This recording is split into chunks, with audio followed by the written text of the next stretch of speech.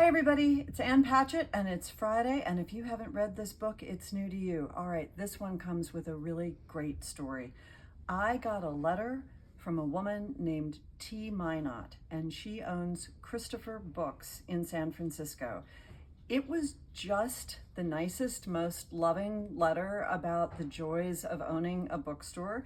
And at the end of the letter, she said, the book that I would recommend to you is This is Happiness by Niall Williams. Now, people recommend more books to me than I would be able to read in 17 lifetimes. And people send more books to me than I would ever be able to properly unpack.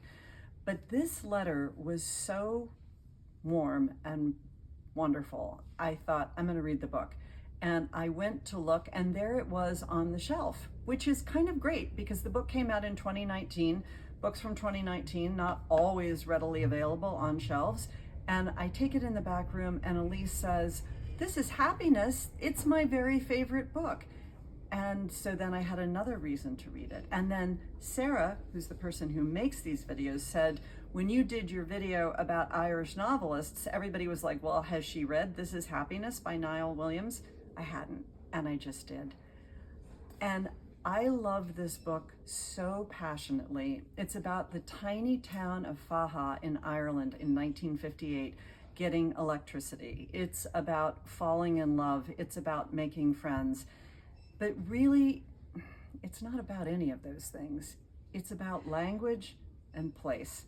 It's one of those books that every single sentence I wanted to underline and sit with and think about. And while this is not a sad book, it's a book that if you are sad, you should read. It's a book that just kind of places you in life and makes you see the larger picture and the passage of time. And you know what it reminded me of? It reminded me of Colson Whitehead's last two books, Harlem Shuffle and Crook Manifesto. I loved both of these books so much. But again, they really aren't so much about the story. They're about language and time and place. And you just want to read them slowly and stay in them for as long as you possibly can. I am now such a fan of Niall Williams. I can't wait to go on and read his other books. Thanks so much.